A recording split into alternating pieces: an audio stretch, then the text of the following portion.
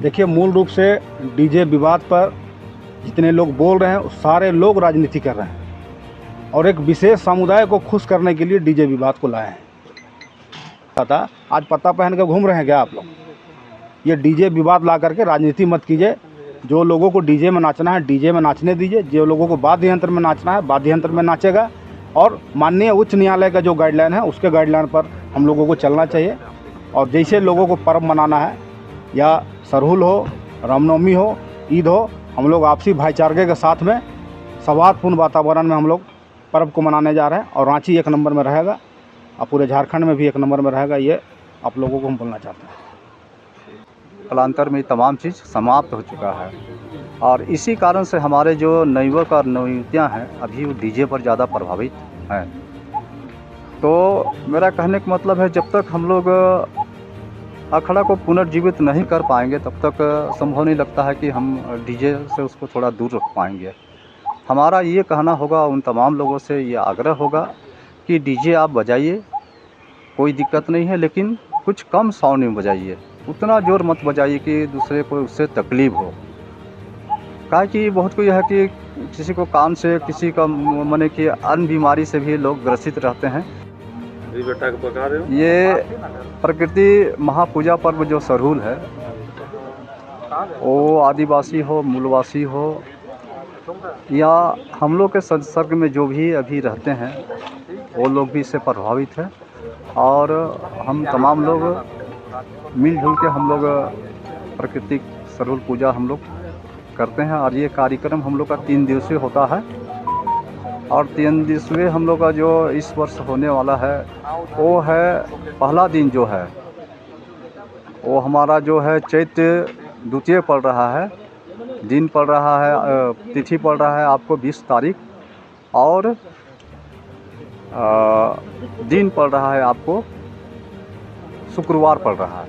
तो उस रोज़ हम लोगों का तमाम जितने भी आदिवासी भाई बहन हैं उनके घर से एक पूर्वज उपवास पर रहेंगे। उस दिन हम लोग को उपवास का दिन होता है। और दूसरी बेला में उपवास को लोग तोड़ते हैं अपना जो पारंपरिक विधि विधान के अनुसार। और संध्या समय यहाँ जो केंद्रीय सरना पूजा स्थल जो मौजा हातमा जो सरना टोली का है, तो यहाँ पर ही हम लोग जल रखाई पूजा हम लोग करते हैं। और वो जल रखाई पूजा के लिए हम लोग 7 बजे, 7:30 बजे हम लोग तालाब में जाते हैं और तालाब से हम लोग जल लेके आते हैं। और जल लेके आएंगे और उसके बाद में यहाँ पर ही अपने जितने भी सहयोगी के साथ में हम लोग यहाँ आके उसके बाद में जल रखाई पूजा हम लोग जल रख के हम लोग पारंपरिक रीति रिवाज के अनुसार बलि प्रथा के साथ में हम लोग यहाँ पर ही हम लोग जल रखाई पूजा करेंगे।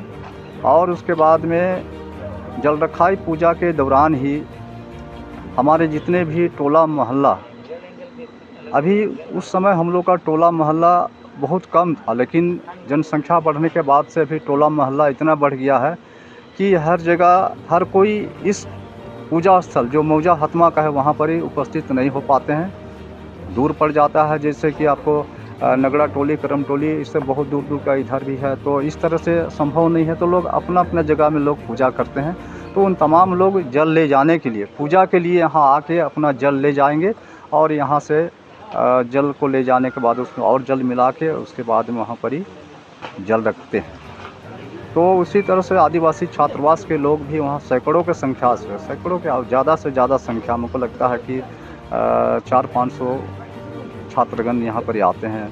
जितने भी छात्रावास है सभी कोई आते हैं और यहाँ पर नृत्य संगीत के साथ में आके वो जल को यहाँ से ले जाके फिर अपने जगह में वहाँ पर ही जल मिला के वहाँ पर ही उसको अपना पूजा स्थल में वो रखते हैं। और दूसरे दिन हम लोग उठ के हम लोग जल को देखते हैं अपने ग्रामीणों के साथ में कि जल का स्तर कैसा। तो उसी से हम लोग एक अनुमान जो हमारे पूर्वज जिससे करते आए, तो हम लोग उसी अनुमान से हम लोग भी उस स्तर को देखते हुए एक हम लोग अनुमान लगाते हैं कि बारिश कैसे होगी कि नहीं होगी, इधर से होगी। तो इस तरह से हम लोग एक अनुमान लगाते हैं।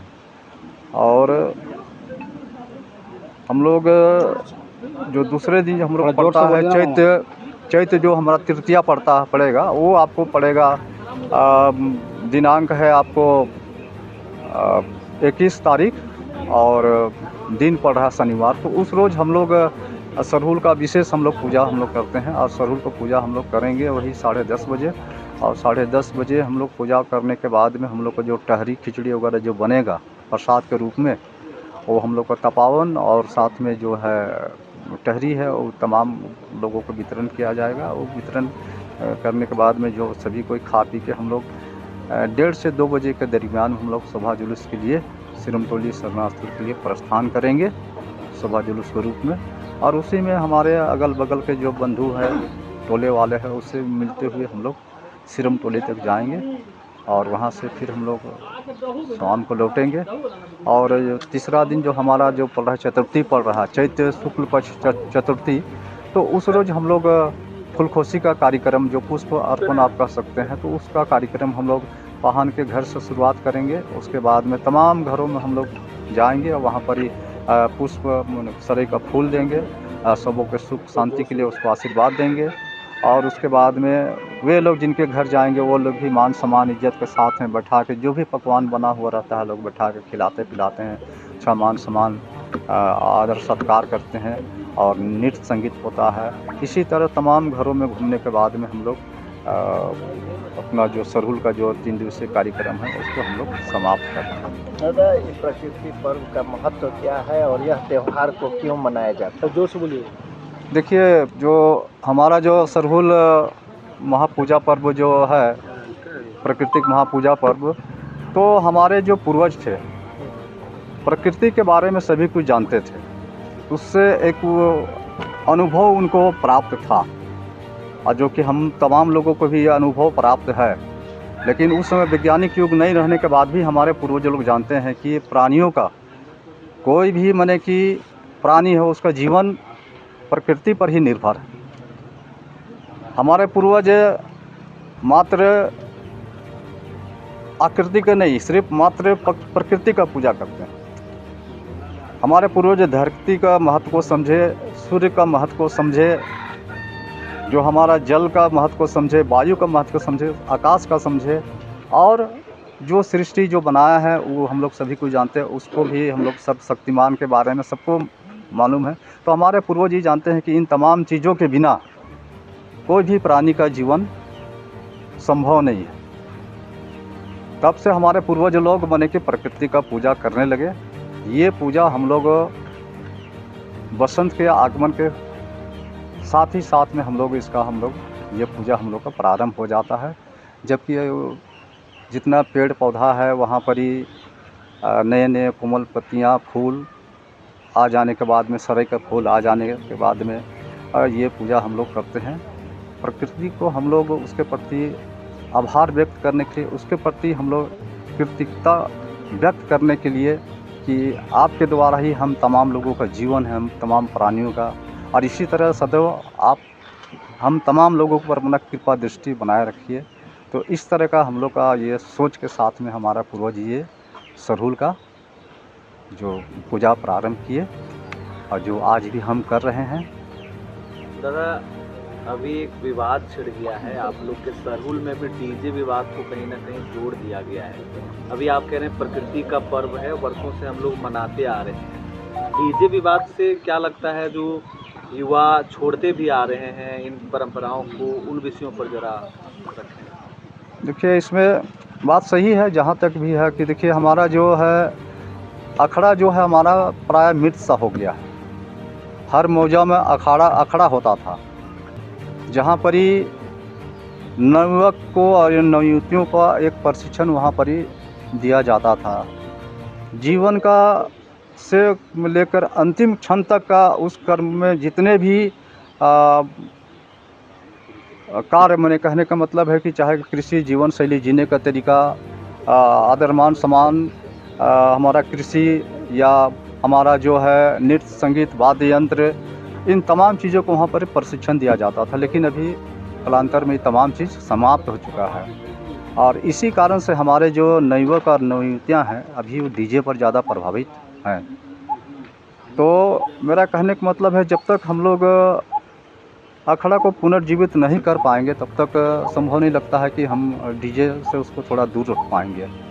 हमारा ये कहना होगा, उन तमाम लोगों से ये आग्रह होगा कि डीजे आप बजाइए, कोई दिक्कत नहीं है, लेकिन कुछ कम साउंड में बजाइए, उतना ज़ोर मत बजाइए कि दूसरे को उससे तकलीफ़ हो। क्या कि बहुत कोई है कि किसी को कान से, किसी का माने कि अन्य बीमारी से भी लोग ग्रसित रहते हैं। देखिए, मूल रूप से डीजे विवाद पर जितने लोग बोल रहे हैं सारे लोग राजनीति कर रहे हैं और एक विशेष समुदाय को खुश करने के लिए डीजे विवाद को लाए हैं। और हमारे समाज से भी कुछ लोग बोल रहे थे कि डीजे नहीं लाना है, वाद्य यंत्र को लाना है। आधुनिकीकरण के जीवन में आज लोग चांद पे जा रहे हैं। हमारे समाज जब सृष्टि की रचना हुई थी उस समय हमारे समाज पत्ता पहन कर रहता था। वैसे लोगों को हम पूछना चाहते हैं कि आप लोग उस समय पत्ता पहनता था, आज पत्ता पहन कर घूम रहे हैं क्या आप लोग? ये डीजे विवाद ला करके राजनीति मत कीजिए। जो लोगों को डीजे में नाचना है डीजे में नाचने दीजिए, जो लोगों को वाद्य यंत्र में नाचना है वाद्य यंत्र में नाचेगा। और माननीय उच्च न्यायालय का जो गाइडलाइन है उसके गाइडलाइन पर हम लोगों को चलना चाहिए। और जैसे लोगों को पर्व मनाना है, या सरहुल हो, रामनवमी हो, ईद हो, हम लोग आपसी भाईचारे के साथ में सौहार्दपूर्ण वातावरण में हम लोग पर्व को मनाने जा रहे हैं। और रांची एक नंबर में रहेगा और पूरे झारखंड में भी एक नंबर में रहेगा, ये आप लोगों को हम बोलना चाहते हैं।